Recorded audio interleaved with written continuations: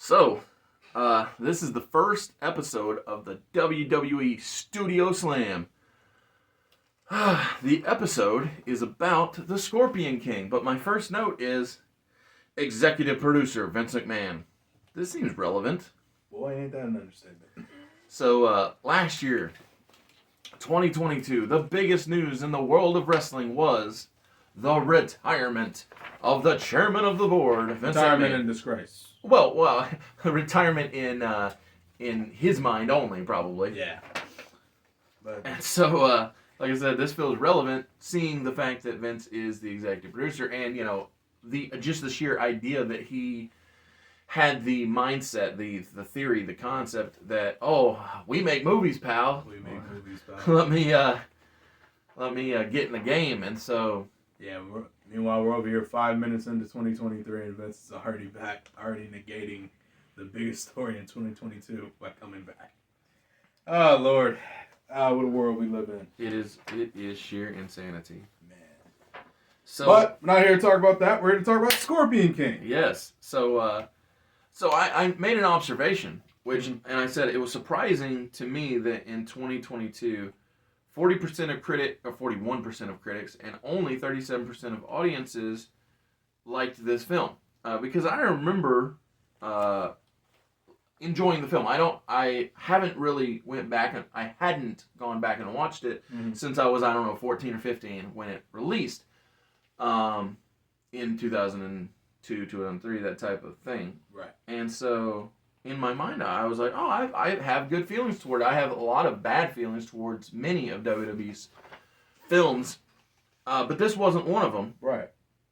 And so I was surprised when I saw most audiences, or less audiences, liked it than critics did. Yeah, which is rare. It is seemingly rare, especially with the now. Seems like usually, like especially when it comes to the action genre, it seems like the audiences tend to be a bigger supporter than the critics do. Indeed. So the film itself opens with a guy that I would have swore was Mad Dog Vachon had it not come out in 2000s, because this bald dude with a beard and his this scowl, I was like, is that Luna's uncle? Yeah, hold up a second. That looks like. But yeah, nope, it ain't. He's taken out almost as soon as he walks into the frame. Pretty much 10 seconds. Yeah. But immediately upon that guy being taken out, we see another fellow that I'm not sure if he's who I think he is either. So it's a guy I think looks like Sabretooth from the X-Men movies. And one thing I'll give this film is it does a really good job of making me think of things that I like. Problem with that is I like them more than this. Yeah. So when I saw the guy I thought was Sabretooth, I was like, man, I like me some X-Men. Yeah. And same with Mad Dog Vachon. I was like, hey, big fan. Big love to the whole Vachon family. Absolutely. So The Rock shows up with a bow and arrow that is, I don't know if it's because of his muscles, some kind of magic going on in this bow and arrow, but it's got the power to throw people through mountains, and I'm immediately like, I'm confused right now. And then also his first word that he speaks in this film is boo. Which I'm not a fan of that. I was like, so I remember this being better. Yeah. So I watched this scene, and my initial reaction was, these guys are flying around like they're villains in Power Rangers. Yep. Yeah. Power Rangers. Like all we're missing is the explosion, so everyone can go, whoa. Now keep in mind, I like Power Rangers, but then that also, to Oz's point, reminds me that, I'd rather be watching Power Rangers. Yeah. So I wrote here that the opening fight scene is pure cheese. Yep. It's followed up by a monologue and a montage explaining what's going on, and it didn't really feel all that important, honestly. Because it wasn't. There was tribes and the big bad guy, he's taking them out, and now we see these folks, and The best part is I said, hey, look, Michael Clark Duncan. Forgot about him. Love that guy. Missed that voice. He's just got such a powerful delivery when he's in film. So that was nice. The Rock shows up to this meeting. And he tells this council of folks. He's like, I'll kill Michael Clark Duncan later, just for free because he's annoying me. Mildly amusing, but Josiah's laughing more at me observing it than I did watching the film. Yeah.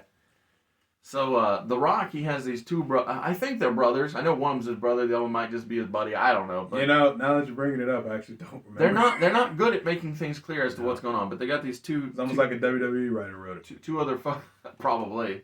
They got these two other folks. Like I said, they might be his brothers, maybe just his buddies. But they love cracking wise, and with this witty banter, they think they're very much Arnold Schwarzenegger in Conan. So The Rock is for sure meant to be Conan in this iteration, and his boys are Conan's crew, in my mind. Fair enough. Not LAX Conan crew, but from Conan the Barbarian and Conan the Destroyer. I know what you meant, but I understand. You had to clear it up for the wrestling audience. Yeah. So both of The Rock's brothers or friends or whatever, they're taken out in the first mission. I'm like, are these guys dead? Why does Rock not seem to care? I'm very perplexed by this. He also has this weird thing about himself where he's like, I'm gonna talk to this camel because is that a superpower? Can he talk to camel? And then later, everybody talks to the camel. I'm like, do camels just talk to people in this world? Because every time people talk to this camel, they act like oh, I know exactly what you're saying, camel. I did not like that. If it wasn't for all it was quite random. If not for all of the nudity and implied sexual activity in this film, I would have believed, given all the camel talking, that this was made for like a 5-year-old. But then we get all of the nudity and all the implied sexual content, so I was just like, I'm not sure. I mean, now don't get me wrong, Kelly Hu, the main chick, the sorceress that The Rock and his bros are paid to take out, she's definitely why 14-year-old Oz or teen-year-old Oz, whatever year it was a big fan of this here film. Yep. Because drop dead gorgeous woman. Oh my goodness, she was like, I was still a fan. I was not as much of a fan in the now because life has moved on. Yeah, yes. I was about to say you've lived your life.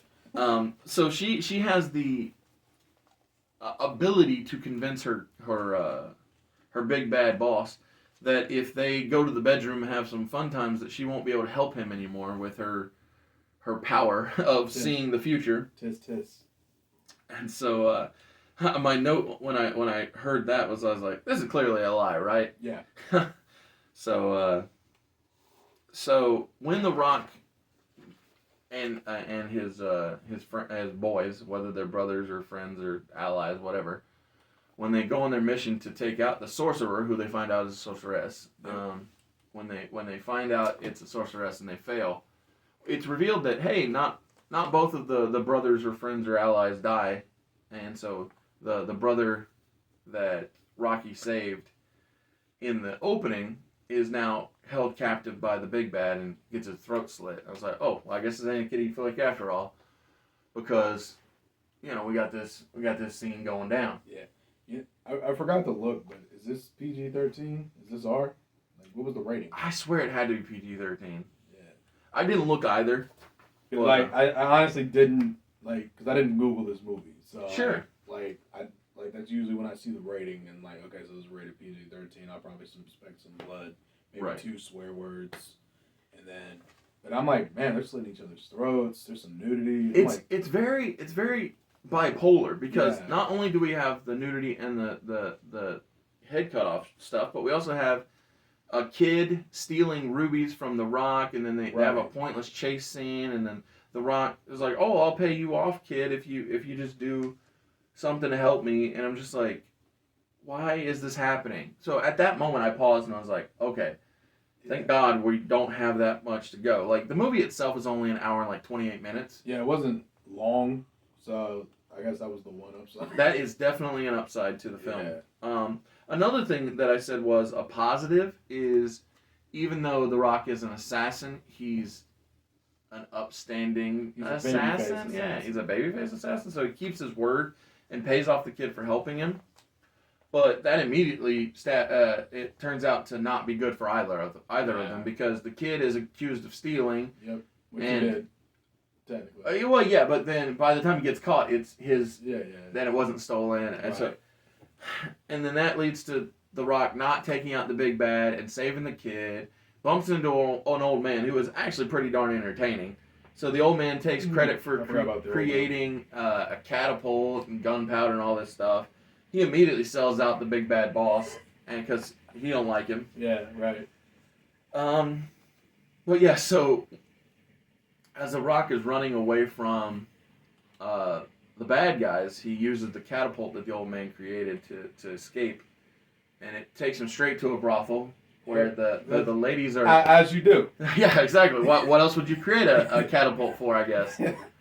And so the catapult sends The Rock to a brothel, and because The Rock is The Rock, I even now am believing. Oh, these ladies are into him, right? You look at it, like, I'm with it. He'll walk up, raise the eyebrow. He sure did it. He sure did, and they were into it. But then that's when the castle guards show up, and The Rock goes for his weapons, but he don't have any because the ladies of the night took it from him. I can't believe it.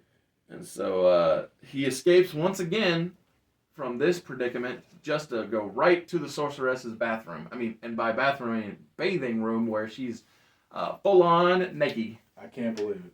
I'm shocked. Yes. It's almost like Vince McMahon directed this. Well, I don't know if Kelly, who's one of the many accusers, but I wouldn't believe it. She's like, man, he walked in on me, and we repeated some of his Trish Stratus moments. Uh-huh.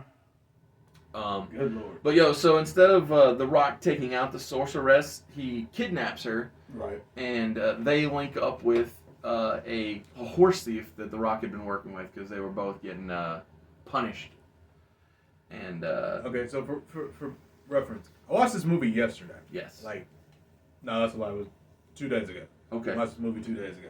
I forgot half these scenes happened. I'm not gonna lie. It's not a very memorable film. It really did not stand out. It thinks it's funnier than it certainly is. Uh-huh.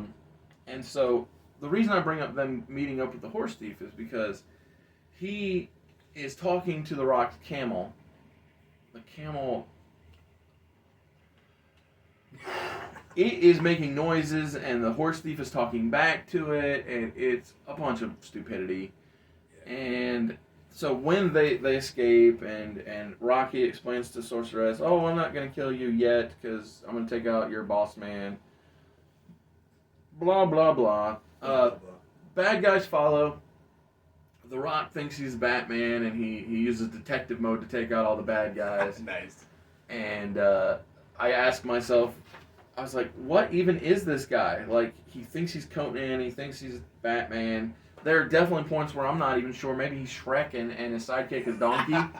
but again, in most of these cases, I would much rather be watching Shrek or Conan or definitely Batman. Any of those other good movies. So I'd even rather watch the bad Batman movies over this at this point. Yeah. So I got more notes, but I'm gonna skip ahead and say, in that big fight where Rocky Batmaned it up, he got stabbed with a thing laced in scorpion venom. That's now scorpion blood, or a venom is running through his blood. Yep. That's what gives us the title Scorpion King. Yep. When Kelly Hu talks about her boss, I feel like she keeps calling him Nom Nom.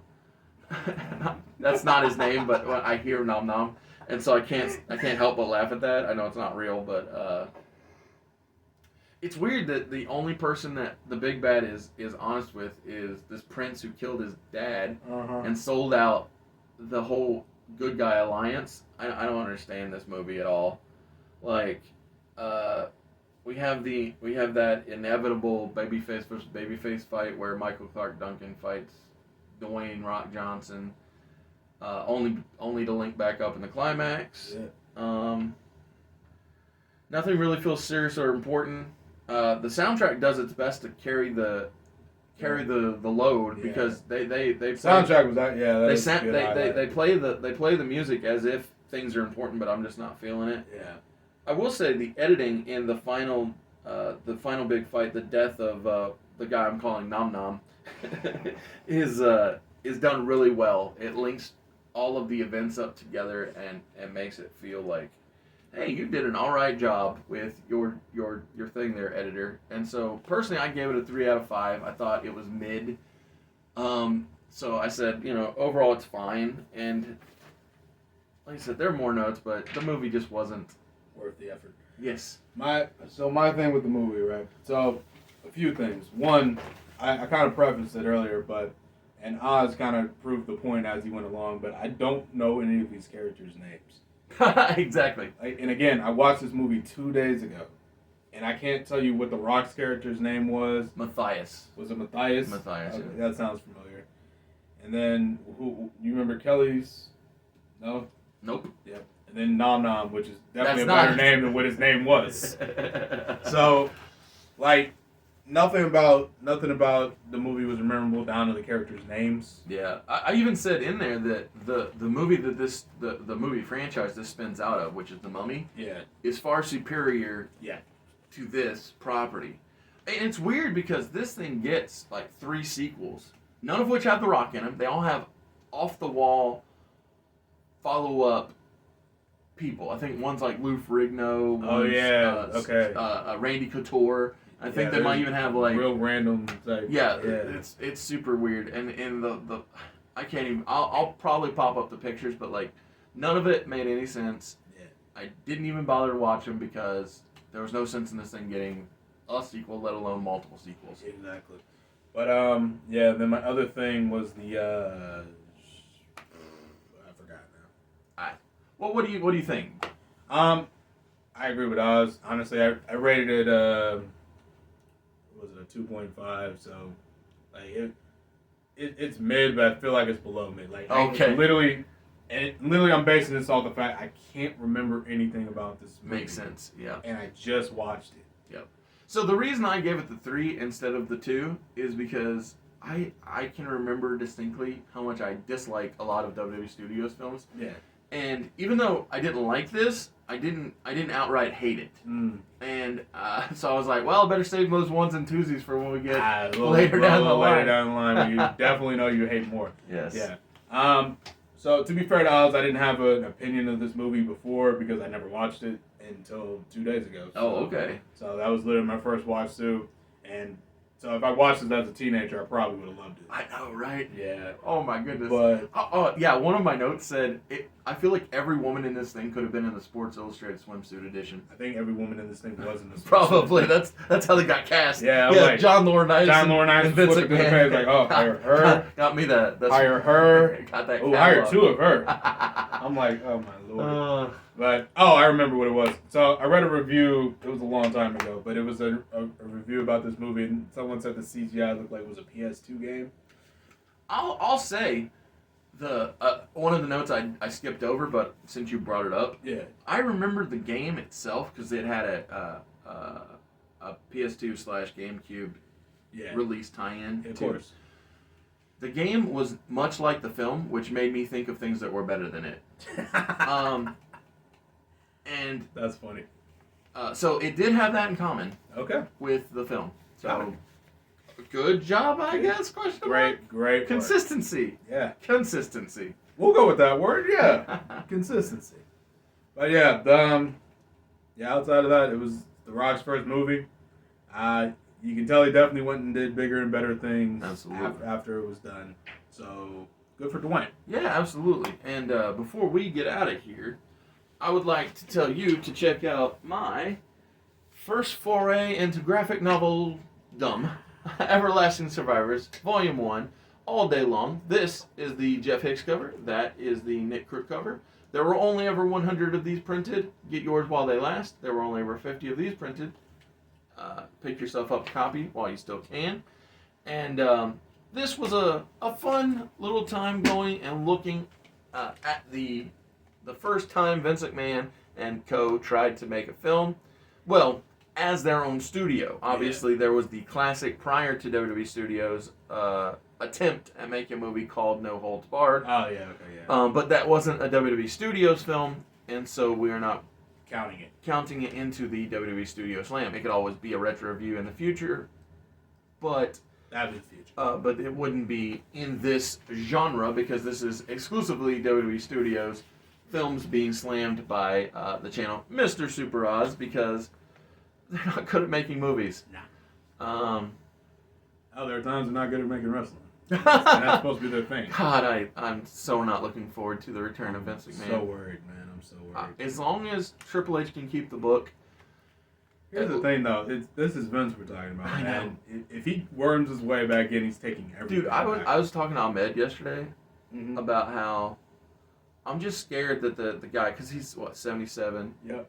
I'm scared that he's going to wake up one day and be like, oh, I better get to Raw. Because he just forgot that he don't write it anymore. And he's like, and he gets there and he's going to see the script. And he's gonna look at the script and he's going to say, this is all trash. All garbage. Get it out of here. And then so, Triple H walks in like, what are you doing? Exactly. We don't do that here anymore. We plan things out. We stick with it. We have ideas. It's the consistency. Oh, Lord. Oh, my goodness. Please Oh, pray for the Royal Rumble. man. Hopefully.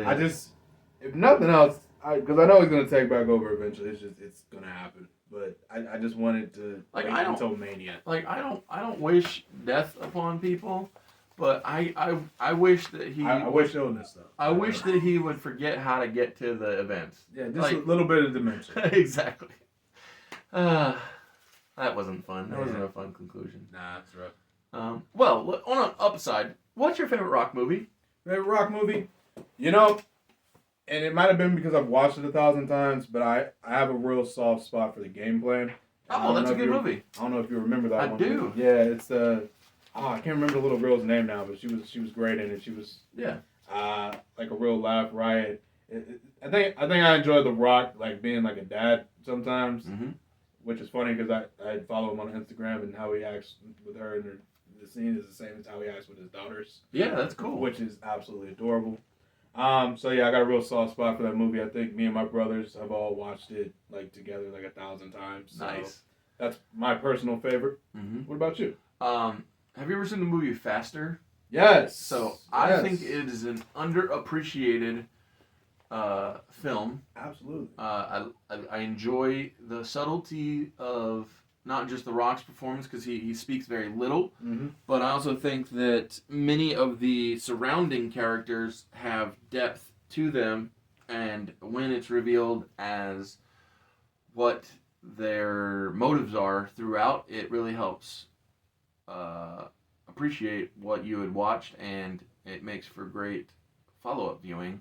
Yeah. Because, there's depth to the film. Actually, I haven't watched that in a while. I might watch it now. Yeah. So anyway, that way we can end on that. I was about to say, so we're not just happy notes dejected inside of the sad state of World Wrestling Entertainment. Whew.